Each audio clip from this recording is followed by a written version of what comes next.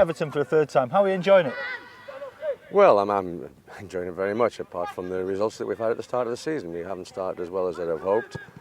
We had 3 home games on the trot at home, which was a lot of pressure on the players and everyone to gain results, and which we didn't get. We only got the 1 win. So it's not been the best of starts. It's an old football adage, Howard, that you should never go back. Now, you're back at Everton for the third time of asking. Did you have to think about that? Well, I was very happy at Sheffield United and things were going well there, but at the same time I think when you spend so many happy years as a player and as a manager at Everton Football Club, the invitation was too great to turn down. But doesn't that make you your own yardstick because of your achievements in the mid-80s? Well, thankfully we can look back at the mid-80s and look at it and say, well, it was a tremendous period for Everton Football Club.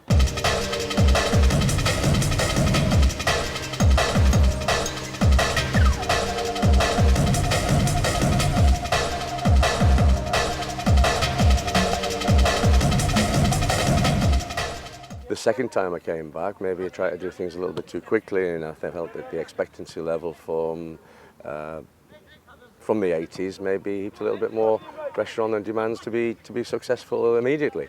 Made mistakes. This time, hopefully, we won't make as many.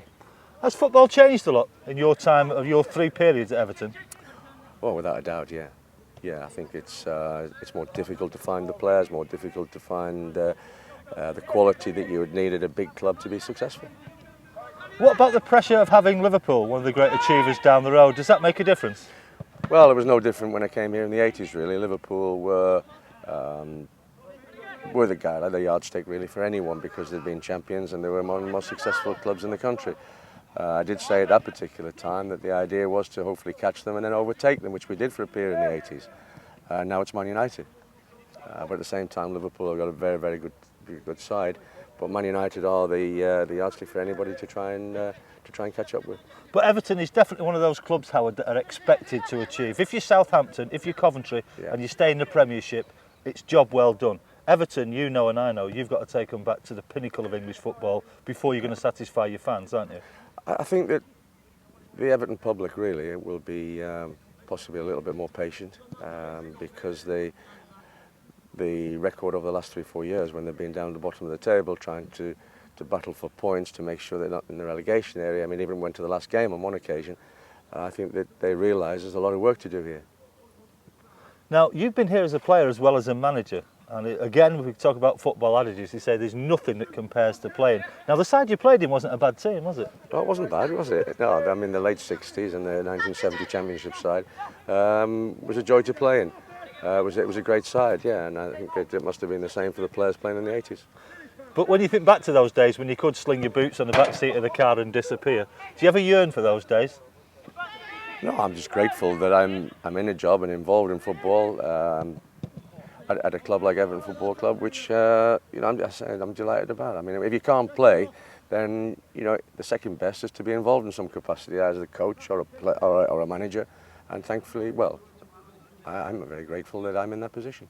Now, the current state of English football, Howard, if you go back even 5 years, the idea that you'd have Zolas and Ruud Gullits over here, are you surprised at how quickly that has happened, that so many foreign players have come into the game?